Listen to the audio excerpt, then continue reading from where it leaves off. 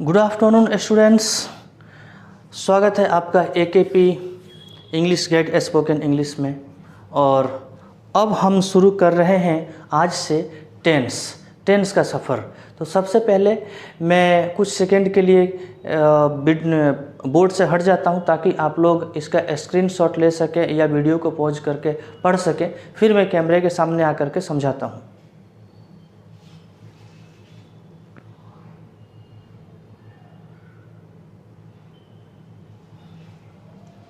बच्चों, इससे पहले जो वीडियो मैंने बनाया सिंपल सेंटेंस का, उसको सिंपल था तो काफ़ी सिंपल तरीके से और स्पीड में मैंने बता दिया, बात हो गया और समझ भी गए आप लोग। लेकिन अब हम ग्रामर के बहुत ही जटिल चैप्टर को समझने जा रहे हैं, पढ़ने जा रहे हैं, तो इसमें समय लगेगा। इस वीडियो में कम से कम सिर्फ इस वीडियो में थोड़ा समय ज़्यादा लग जाएगा। आप लोगों को घबराना नहीं है। अगर आपको कोई काम है, किसी काम में जाना है, आप व्यस्त हैं, तो बिल्कुल नहीं चिंता करें। आप जाइए, इत्मीनान से अपना काम को कीजिए और फुर्सत में, जब भी आपको फुर्सत मिले तो फुर्सत में समय निकाल करके आप इस लेक्चर को इत्मीनान से सुनिएगा ताकि अच्छी तरह से आपको समझ में आ जाए। क्योंकि टेंस, वॉइस चेंज और नरेशन चेंज, ये तीन ऐसे चैप्टर हैं ग्रामर में जो सबसे जटिल माने जाते हैं और समय भी इन्हीं में लगता है इनको सीखने में और समझाने में। 1 मिनट, ट्रेन पास कर रही है। तो बच्चों, मुख्य रूप से टेंस 3 प्रकार के होते हैं, प्रेजेंट, पास्ट और फ्यूचर। तो हम प्रेजेंट से शुरू कर रहे हैं और ये तीनों टेंसों का 4 भाग होता है, तो टोटल हो गया आपका 12। तो हम प्रेजेंट टेंस से शुरू कर रहे हैं और प्रेजेंट टेंस में कौन कौन सा टेंस आएगा, पहले उसका नाम मैं बता देता हूँ। सिंपल प्रेजेंट या फिर प्रेजेंट इंडिफिनाइट, 2 नाम है एक ही टेंस का, प्रेजेंट टेंस के पहले वाले टेंस का जो बोर्ड पे दिख रहा है। तो सिंपल प्रेजेंट। अब दूसरा जो प्रेजेंट टेंस का है भाग, उसका 3 नाम है, जिसको हम प्रेजेंट कंटिन्यूअस टेंस कहते हैं। उसके बाद आता है प्रेजेंट परफेक्ट टेंस 3 नंबर पे, और उसके बाद 4 नंबर पे आता है प्रेजेंट परफेक्ट कंटिन्यूअस टेंस। तो हम लोग एक एक करके टेंस को पढ़ेंगे। अभी हम पहले टेंस में ही हैं, प्रेजेंट के पहले टेंस में हैं, और ये है सिंपल प्रेजेंट टेंस। तो आइए कुछ इसके डेफिनेशन, इसके नियम पर हम नज़र डालते हैं। कह रहा है कि इस टेंस का प्रयोग मुख्यतः आदत या स्वभाव या सत्य को प्रकाशित कराने के लिए किया जाता है। इसका कुछ पहचान है। अगर किसी हिंदी क्रिया के अंत में ता है, ती है, ता हूँ, ते है आदि रहे तो उस वाक्य का अंग्रेजी अनुवाद सिंपल प्रेजेंट टेंस में होता है। अब आइए इसके रूल्स पर नज़र डालते हैं। रूल नंबर 1 कह रहा है कि सब्जेक्ट प्लस वर्ब 1 और उसके साथ ज़रूरत पड़े तो एस अथवा ईएस, किसके साथ? मेन वर्ब के साथ, प्लस ऑब्जेक्ट। तो मेन वर्ब आप समझते होंगे, उठना, बैठना, खाना, पीना, आना, जाना, सोना, ये जो भी शब्द मैंने कहे, इसका अंग्रेजी को मेन वर्ब कहा जाता है या वर्ब 1 कहा जाता है।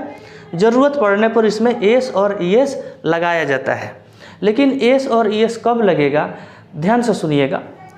अगर सब्जेक्ट जो है आपका, कर्ता जो है, वो सिंगुलर है, अकेले है, सिर्फ एक वचन है, तो उस हालत में, उस कंडीशन में सिर्फ रूल नंबर 1 में मेन वर्ब के साथ एस अथवा ईएस लग जाएगा। अगर आप रूल नंबर 1 में ही हैं और आपका सब्जेक्ट प्लुरल है, यानी एक से ज़्यादा है, बहुवचन है, तो फिर आपको मेन वर्ब जो है वैसा ही रहने देना है, उसमें एस और ईएस लगाने की कोई ज़रूरत नहीं है। दूसरा एक और नियम मैं बताऊं, इसको आप मंत्र के तरह समझ लीजिएगा। किसी भी बुक में कहीं भी आपको अगर किसी मेन वर्ब के साथ, एक्शन वर्ब के साथ एस अथवा ईएस दिख जाए तो आप समझ लीजिएगा कि वह sentence simple present tense rule number 1 पे बनाया गया है। क्योंकि मेन वर्ब के साथ एस अथवा ईएस सिर्फ इसी टेंस में रूल नंबर 1 में लगता है, बाकी किसी भी टेंस में कहीं मेन वर्ब के साथ एस और ईएस का अप्लाई नहीं किया जाता है। अब हम आते हैं रूल नंबर 2 में। रूल नंबर 1 का एग्जाम्पल दिखा देता हूँ। मोमिता गाना गाती है।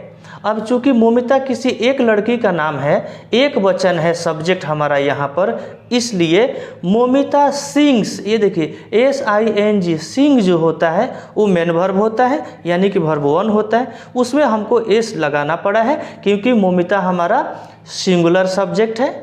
तो मोमिता सिंग्स सॉन्ग, सॉन्ग मतलब गाना होता है, तो मोमिता गाना गाती है। अब आते हैं 2 नंबर पे।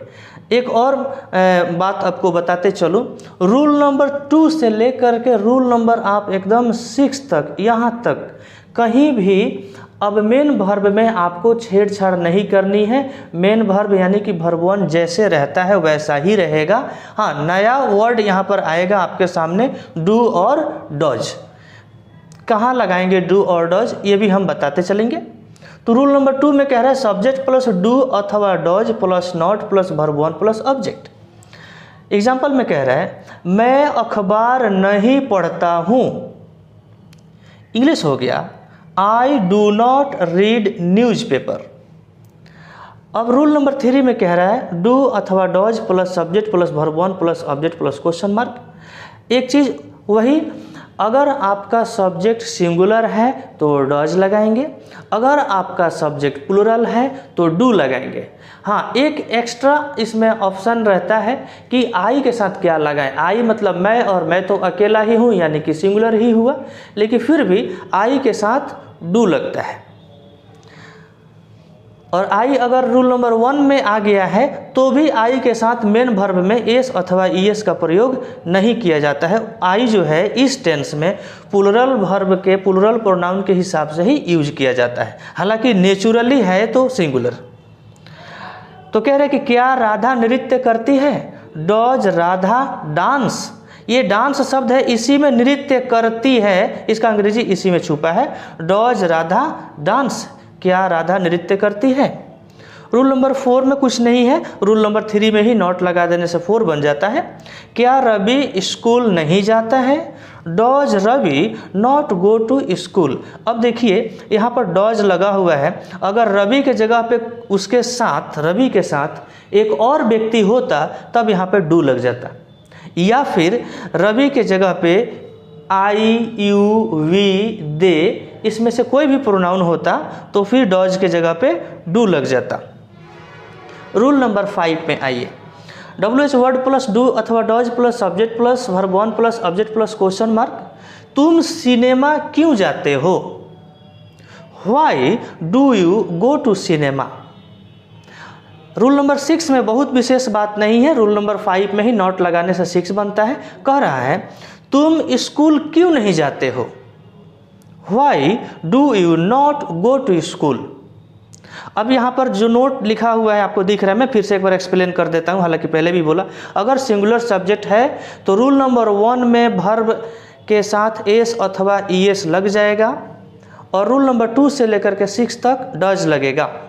अगर सब्जेक्ट प्लूरल है तो रूल नंबर 1 में आपका वर्ब 1 रहेगा, उसमें कोई ईएस नहीं लगने वाला है, और रूल नंबर 2 से लेकर के 6 तक डू लगेगा।